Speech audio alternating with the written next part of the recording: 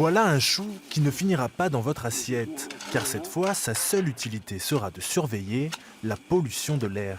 C'est la première année de cette expérimentation, on appelle ça la biosurveillance. Les végétaux ont la propriété d'absorber les polluants qui sont présents autour d'eux. Ils vont les absorber dans le sol, dans l'eau, mais aussi dans l'air. Donc le chou en l'occurrence est une méthode qui est déjà utilisée par différents organismes. Le chou frisé est une méthode reconnue en Allemagne par exemple. Les données collectées par les choux compléteront celles obtenues de manière classique, grâce à la vingtaine de stations de mesure de la région.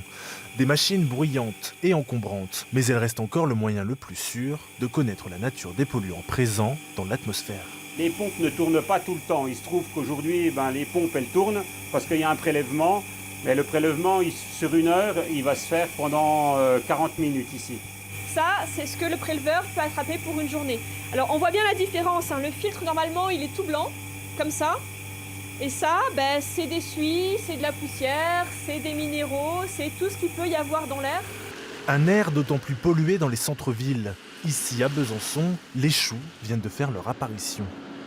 La rue Mégevant, qui est une rue qui est très fréquentée par les bus, par les voitures, etc. et qui présente la particularité d'être une rue qu'on appelle canyon. Donc des bâtiments très hauts et très étroits et très rapprochés, ce qui fait que les polluants ont tendance à stagner à la base de la rue plutôt que de s'envoler. Les choux resteront plantés pendant 2 mois sur une dizaine de sites de la ville. Ensuite, leurs feuilles seront envoyées en laboratoire où elles délivreront leurs résultats.